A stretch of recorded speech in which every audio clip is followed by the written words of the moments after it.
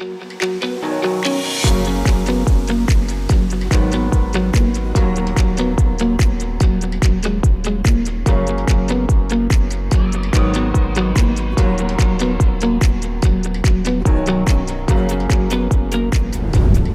Attempt में मेरा ये था कि मैंने बहुत नॉन सिंसियर वे में नेट का एग्जाम दिया, एक भी और मैंने नेट के लिए कभी प्रिपेयर नहीं किया। I was doing something else and attempting net exam without any preparation. नमस्कार दोस्तों, आप सभी का text book super coaching platform पे स्वागत है। और आज हमारे साथ टॉपर्स टॉक में है रचित अग्रवाल। और इस बार यूजीसी नेट का जो रिजल्ट आया है जून 2024 का री एग्जामिनेशन का, उसमें रचित ने जेआरएफ क्वालिफाई किया है। सो आज का ये जो पूरा सेशन है, ये जो इंटरव्यू है, इसमें हमारा ऑब्जेक्टिव रहेगा कि रचित से उनकी स्टडीज समझ सकें, जिससे आपके भी काम आ सके कि how to prepare for the examination, what are the different kind of obstacles are there. Political science subject से उन्होंने जेआरएफ क्रैक किया है। तो सबसे पहले रचित, आपका स्वागत है text book super coaching platform पे। आप काफी दूर से, शिवपुरी से यहाँ आए, सबसे पहले तो उसके लिए बहुत बहुत धन्यवाद। अच्छा लगा आप आए, बिकॉज यूजुअली हम लोग ऑनलाइन प्लेटफॉर्म में मिलते रहते हैं, बट फेस टू फेस मिलने का कम मौका मिलता है। So welcome to the text book super coaching platform.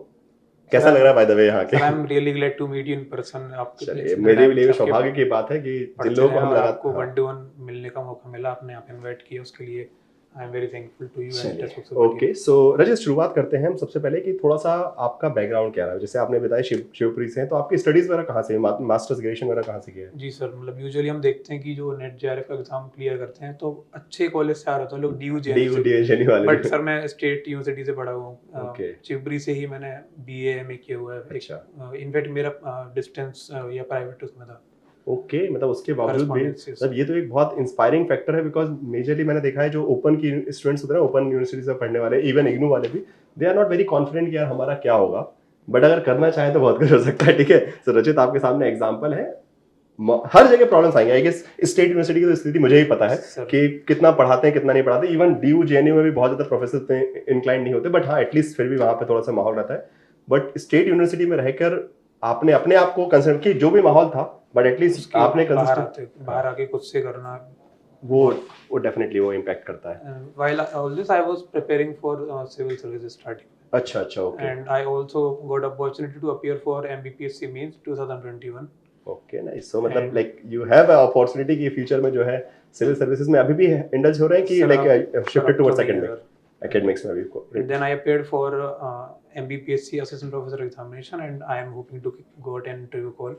Okay. And I took your RPCP batch from textbook and I appeared for RPSC assistant professor examination. But right now there is no results and something regarding RPSC. Interviews can come. Okay, fine, definitely. चलिए सुरचित, सबसे पहले जैसे आपने बताया कि text book super coaching platform पे आपने subscription वगैरह लिया था और क्लासेस वगैरह ले रहे थे। सो जैसे कोई भी स्टूडेंट आता है तो लाइक सबसे पहले तो कंफ्यूजन होता है कि जैसे जेआरएफ बूस्टर क्रैश कोर्स है, फाउंडेशन कोर्स है, स्टडी नोट्स पढ़ने हैं, क्लास नोट्स हैं, एंड देन उसके बाद आपकी रिवीजन भी करना है, सेल्फ स्टडी भी करना है, मॉक टेस्ट भी लगाना है, प्रैक्टिस भी करनी है, मतलब बहुत सारी चीज़ें हैं। ओके, एंड मल्टीपल थिंग्स, मतलब टेक्स्ट बुक ऐप पर भी ऐसा enough ample amount of resources है। सो उन सब चीज़ों को कैसे यूटिलाइज करना चाहिए आपके हिसाब से? सही तरीका क्या होना चाहिए किसी भी एस्पिरेंट का, अगर वो सही से यूटिलाइज करना चाहता है टेक्स्ट बुक सुपर कोचिंग के ऐप के रिसोर्सेज को? तो जी सर, जैसे मैंने बताया स्टार्टिंग में, एक्चुअली मैंने आपके आरपीएससी का बैच किया, तो उसमें फाउंडेशन बैच रहता है और एक जो आरपीएससी का स्पेशल बैच होता है, वो इसके स्पेशल नोट्स होते हैं। तो मैंने कुछ आपकी लाइव क्लास ली थी, फाउंडेशन कोर्स क्योंकि रिकॉर्डेड होता था, वो अपने अकॉर्डिंग ले सकते हैं।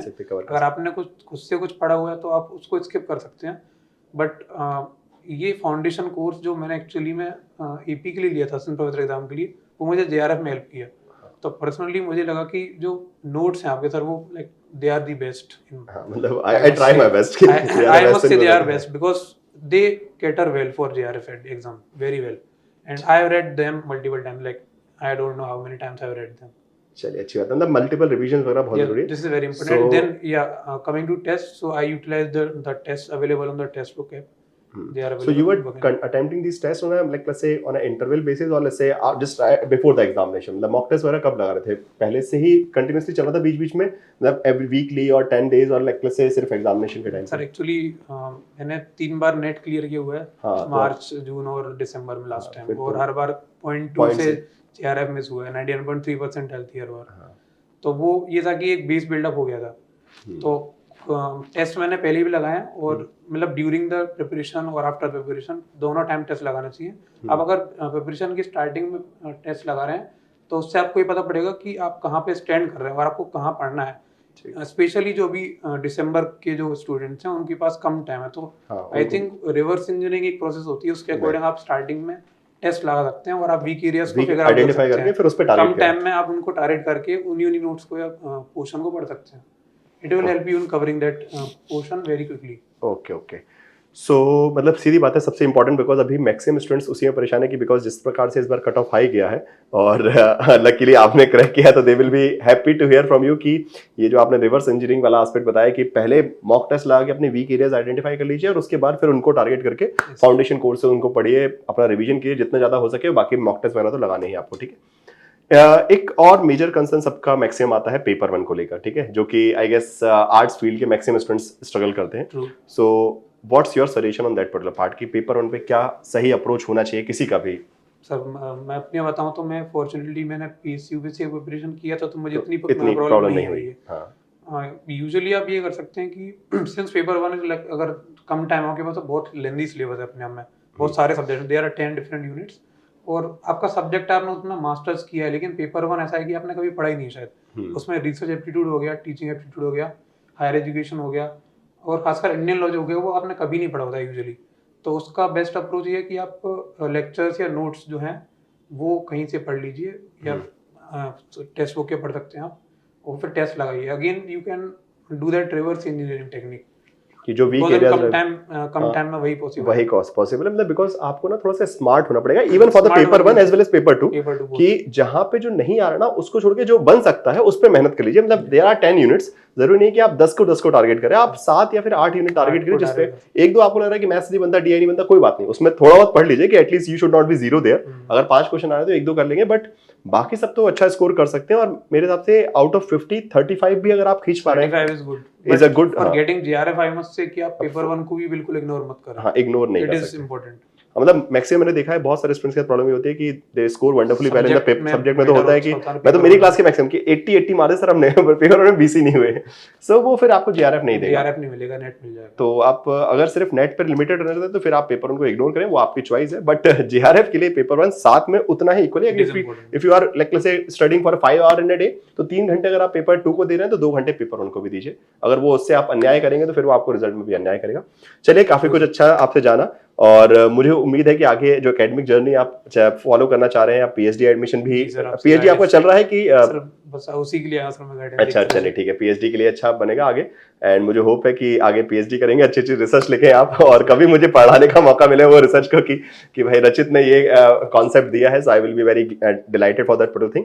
लास्ट में आपसे रिक्वेस्ट है कि ये जो पूरी आपकी सक्सेस है इसके बारे में आपका जो क्रेडिट है फैमिली फ्रेंड जिसको से के साथ भी शेयर करना चाहते हैं, बिकॉज इट्स योर प्लेटफॉर्म, सो आप डेफिनेटली उनका नाम ले सकते हैं जिनको भी आप ये क्रेडिट देना चाहते हैं। First of all I would like to thank my parents, obviously, जिन्होंने मुझे हमेशा सपोर्ट किया है जर्नी में, despite so many failure they supported me till this date, so I am very thankful to my parents, obviously my friends and yes, and obviously thank you. अच्छा, एक छोटा सा सवाल बचा वैसे, क्योंकि आपने मुझे एक चीज बताई, मैं पूछना भूल गया कि 3 बार नेट हुआ और हर बार 2-3 मार्क्स से जेआरएफ, तो वो ना एक मैक्सिमम स्टूडेंट्स के अंदर, जैसे आपने तो उस फियर को या फिर बोल सकते हैं उस इरिटेशन को ओवरकम करके फिर से एग्जाम दिया, वो अभी भी हो रहा है। जैसे इस बार भी बहुत सारे स्टूडेंट जो है जिन्होंने जेआरएफ के बराबर स्कोर ले आए, उससे ज्यादा ले आए, और फिर भी उनका जेआरएफ नहीं हुआ है because of high cut off.